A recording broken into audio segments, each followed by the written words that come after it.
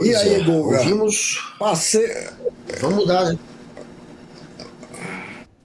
Vamos mudar de assunto, vamos mudar de assunto.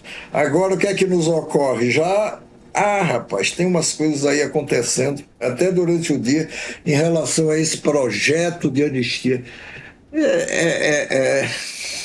Agora foi a apresentação feita pelo deputado Sóstenes Cavalcanti, que é o líder do PL na Câmara, do projeto de lei que anistia os golpistas do 8 de janeiro e que, por tabela, Requerimento de urgência. beneficiará o ex-presidente Jair Bolsonaro.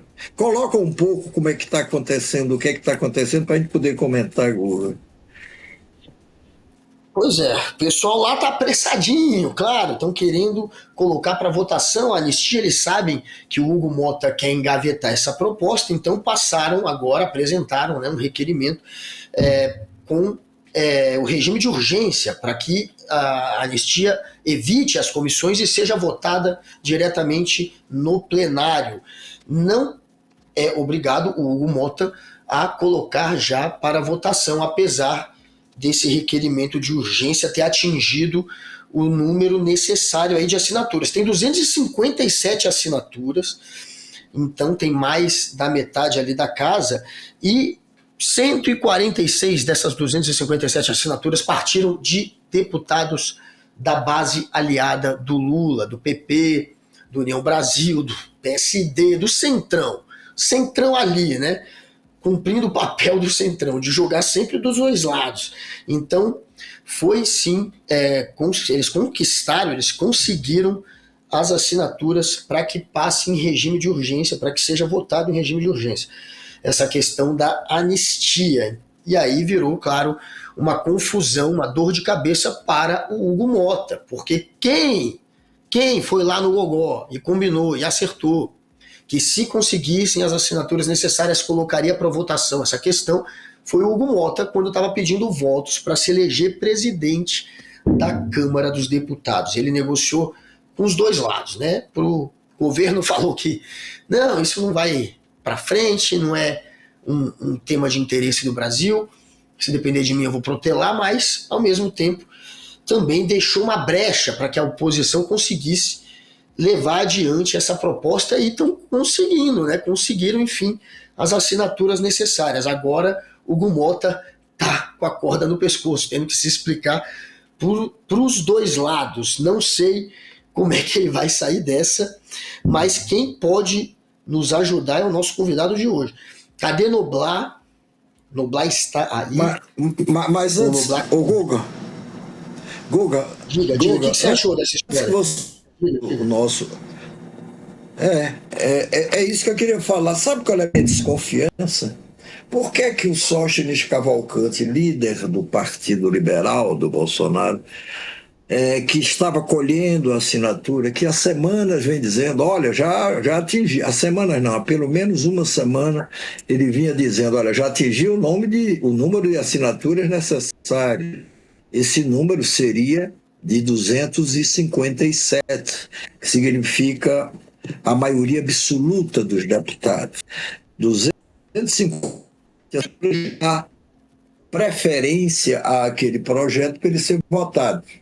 Não obriga que ele seja votado, porque mesmo na Câmara é a mesa diretora, formada pelo presidente da Câmara e pelos demais componentes dela, mesa, eleitos pelo plenário. Então, como você mesmo disse um pouco antes, isso só será votado na Câmara se o Hugo Mota disser, olha, vai ser votado e ponto, e acabou-se. Se ele não disser isso, não vota, vai engavetar. Tem mais de 1.000 e tantos projetos que alcançaram Mais de esse 1.000. quórum de 257 assinaturas, que alcançaram 257 assinaturas e que estão lá engavetados. Se fosse obrigatório, olha, conseguiu 257, agora tem que votar, teriam sido votados. Mas não. Então isso depende da vontade do presidente da Câmara. Muito bem. Agora, o doutor Sóstenes, líder do PL, que chegou a falar, a insinuar ou a sugerir que já teria alcançado até 270 assinaturas, uma coisa desse tipo, estava perto de alcançar 270 assinaturas, correu hoje e apresentou, protocolou formalmente o projeto com 5 assinaturas a mais do que o necessário. Necessário 257, ele apresentou com 262 assinaturas. É um número expressivo? Claro que é. Mas a minha desconfiança é o seguinte: eu acho que ele já teve mais assinaturas antes de ser divulgado, e alguns deputados que assinaram começaram a ser convencidos, de várias maneiras, a desassinarem. E devem ter desassinado, sim.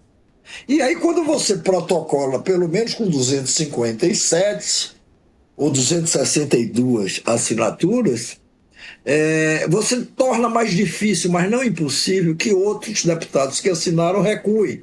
Ou pelo menos você prova que o que o Sóstenes Cavalcante tinha dito que ia alcançar, que era a maioria, ele alcançou.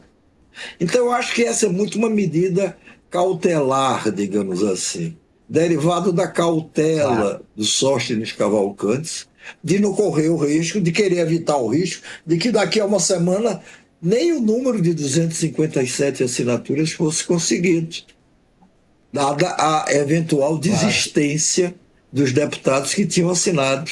Essa desistência, ela poderá continuar. Isso não é uma questão que vai ser resolvida nem nas próximas semanas. Agora, veja o drama que vive o Hugo Mota. O Hugo Mota, presidente da Câmara, inicialmente disse: olha, eu não vou botar nada para votar aqui que aumente ainda mais a divisão interna, acirre a polarização entre direita e esquerda, eu não vou botar mais nada. Mas aí ele está sob pressão dos bolsonaristas. O que é que ele ganha ou o que ele perde menos? É pôr para votação um projeto que pode ser engavetado ou não pôr? Se ele puser, o que é que significa? Significa que a Câmara vai necessariamente aprovar? Pode ser que sim, pode ser que não. Mas digamos que a Câmara aprove. O Hugo sabe que lá no Senado, o presidente do Senado, o senador Davi Alcolumbre, já disse: olha, aqui eu não ponho em votação. O que é que o Hugo Mota ganhará que seja aprovada na Câmara a anistia se o Senado não vai votar? Mas digamos que o doutor Alcolumbre põe para votar. O Senado pode aprovar ou desaprovar, ou devolver para a Câmara. Mas digamos que o Senado aprova, que não vai concordar, vai vetar. Aquilo vai voltar para o Congresso. E depois do Congresso, se derrubar o veto presidente, alguém vai aprovar. O Supremo vai ter que dizer alguma coisa. O Supremo já está dizendo agora, não oficialmente, porque ele não pode dizer antes de ser provocado e antes de se reunir para julgar.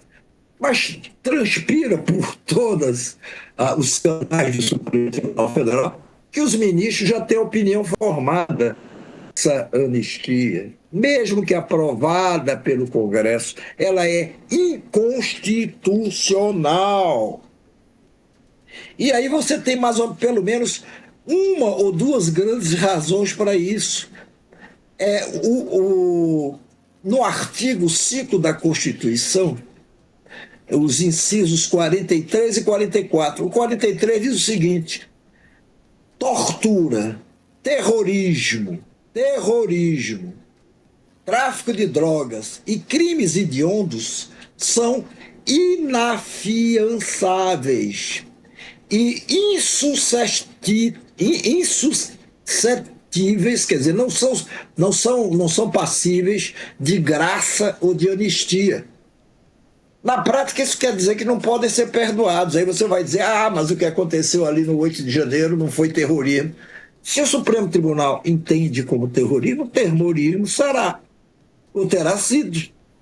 Não importa como eu entenda, como você entenda, como o outro entenda, importa como o Supremo entenda. E o Supremo entende que ali foi uma tentativa de golpe de Estado. e que pode ser classificado também como uma ação terrorista, principalmente diante de tudo que aconteceu com a invasão dos prédios, com a depedração dos prédios, etc. e tal. Então, o que se, na verdade, essa questão da anistia está posta aí para ficar o maior tempo possível em cartaz e dando argumentos para os bolsonaristas ficarem aí apelando, brigando pelo projeto, etc. e tal. Não vai passar no Congresso. Se passar, o Lula veta. Se o Lula vetar e derrubar o veto, o Supremo derruba essa anistia. E aí, enquanto ela durar em cartaz, claro, barulho, discussões, pobre do Bolsonaro, pobre dos golpistas, coitados, que estão pegando penas tão pesadas. Mas o que interessa nesse processo todo de apresentação de anistia, projeto de lei de anistia e tudo, é o fim. O fim vai bater aqui. Vai dar em que o fim? O fim vai dar, na pior das hipóteses, no Supremo derrubando. Ponto, acabou-se. Pior ou melhor? E o que eu estou dizendo é, se passar pelo Congresso por tudo, o Supremo derruba. É isso que vai acontecer. Agora, é para conversar um pouco sobre isso, que nós temos aí esse nosso convidado, apresentar ele, Guga.